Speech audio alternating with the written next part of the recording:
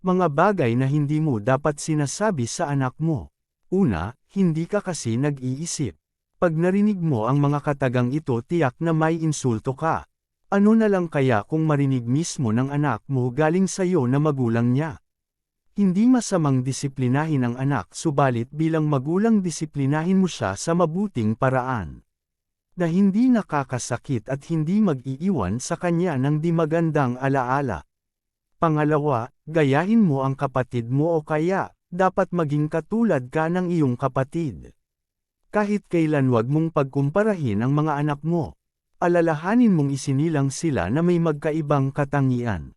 Kung lagi mong ikinukumpara ang isang anak mo dun sa kapatid niya, masasaktan siya at may isip niyang wala siyang silbing anak o kapatid.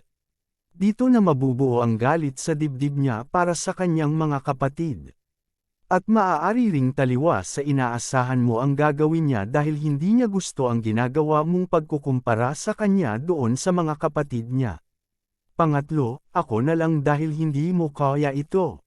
Wag mong gambalain sa ginagawa niya ang anak mo dahil lang sa paniniwala mo na hindi niya ito kaya.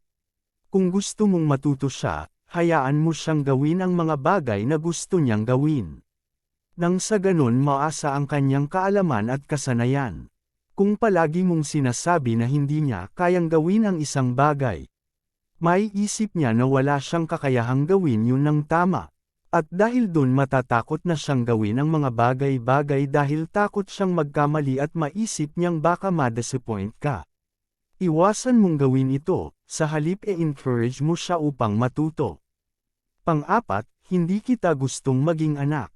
Kung pasaway ang anak, ang palaging kino-question ay ang mga magulang kung paano pinalaki ang anak. Kawangis kasi sila ng kanilang mga magulang. Una silang natututo sa loob ng inyong tahanan at bilang magulang, ikaw ang kanyang modelo at inspirasyon. Higit sa lahat ikaw ang nag-iisang taong huhubog sa kanya upang maging mabuti siyang tao. Kaya nga bilang magulang mag-ingat tayo sa bawat salitang ating bibitawan. Maging kalmado tayo palagi kapag nangangaral sa kanila. Huwag mong daanan sa init ng ulo ang pangangaral sa anak mo dahil hindi makakatulong yun. Kausapin mo siya ng maayos at iakma mo sa edad niya ang mga sasabihin mo. Panglima, suko na ako sa'yo. Kahit gaano pa kasama ang ginawa ng anak mo, wag na wag mo siyang susukoan. Kahit ayaw ng buong mundo sa kanya, dapat ikaw na magulang niya manatili sa kanyang tabi, handang umunawa at yumalalay.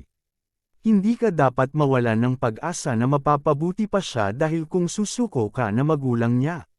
Tuluyan na siyang mapapariwara at hindi na makakaahon sa hindi magandang sitwasyong kinasadlakan niya.